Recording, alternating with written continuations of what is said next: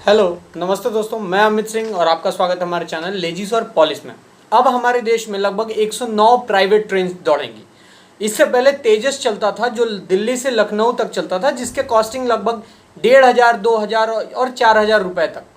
लेकिन ये थोड़ा महंगा और एक्सपेंसिव हो जाएगा।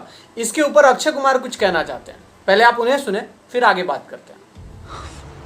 किसी पैसे वाले पेशेंट को एक किडनी बेच दूंगा, बहुत पैसे आ जाएंगे। फिर एक आंख बेच दूंगा और पैसे आ जाएंगे। फिर एक किडनी, फिर एक आंख, ऐसे करके सारा शरीर बेच दूंगा मैं। अगर मोदी जी इस डायलॉग को कहते तो कैसे कहते हैं? वो कहते हैं कि पहले कोल माइन बेच दूंगा, फिर एयरपोर्ट अथॉरिटी ऑफ इंडिया बेच दूंगा, IRCTC के शेयर्स बेच दूंगा, इंडियन रेलवे को बेच दूंगा, लेकिन आपको आत्मनिर्भर जरूर बनाऊंगा। 109 ट्रेन चलाने के लिए गवर्नमेंट ऑफ इंडिया ने एक प्रेस रिलीज जारी की, जिसके तहत सरकार ने 109 ट्रेन चलाने के लिए प्राइवेट कंपनीज को इन्विटेशन भेजा ताकि वो इन्वेस्टमेंट कर सकें और अपना टेंडर भर सकें। ये जो प्रोजेक्ट होगा ये लगभग 30,000 करोड़ का प्रोजेक्ट होगा और ये जो एग्रीमेंट होगी, कॉन्ट्रैक्ट होगी पब्लिक और प्राइवेट की, वो 35 साल की होगी। इस 109 ट्रेन में 16 बोगियां होंगी हर ट्रेन में। और लेकिन सरकार हमेशा कोशिश कर रही है कि सरकार की पकड़ इन प्राइवेट अथॉरिटीज़ पे ज़्यादा हो। जैसे जो ड्राइवर होगा और जो गार्ड्स होंगे वो सरकार के होंगे, मतलब इंडियन रेलवे के होंगे। मैन्युफैक्चरिंग इंडियन रेलवे करेगा। जो भी कमाई होगी, जो भी ये प्राइवेट ट्रेन्स कमाई करेंगी, उसका 1% सरकार को भी देना होगा। लेकिन इसकी कुछ खामियां हैं। क्या खामियां हैं? हम उस देश से बिलोंग करते हैं जहां पे 12 पास करने के बाद बंदा एक गवर्नमेंट नौकरी पाने के लिए दौड़ पड़ता है।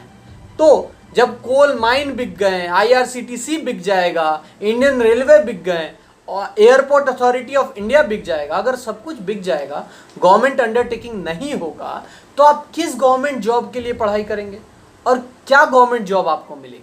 मतलब आपकी जॉब सिक्योर नहीं होगी।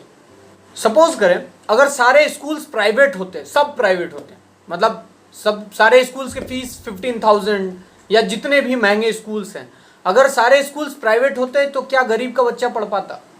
अगर ट्रेन्स जिस हिसाब से अगर सब कुछ प्राइवेट हो जाएंगे तो जो भी एक जनरल कंपार्टमेंट में ट्रेवल करने वाला व्यक्ति कैसे ट्रेवल करेगा, या फिर उसका ट्रेवल करना बहुत मुश्किल हो जाएगा।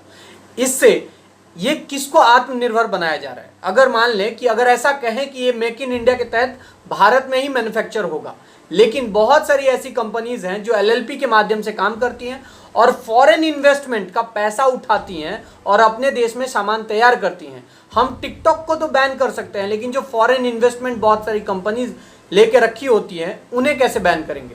और उस इन्वेस्टमेंट का जब अगर आपके देश में पैसा लगता है तो ये मेक इन इंडिया कैसे होगा? अगर इन्वेस्टमेंट फॉरेन है, अगर मान लो चाइना हुआ या सॉफ्टबैंक कंपनीज हुई, टेंसेंट हुआ, अलीबाबा की कोई कंपनी हुई, अगर उनका इन्वेस्टमेंट आपके देश में लगता है अंबानी या अडानी के माध्यम से, तो ये मेक इन इंडिया कैसे हुआ?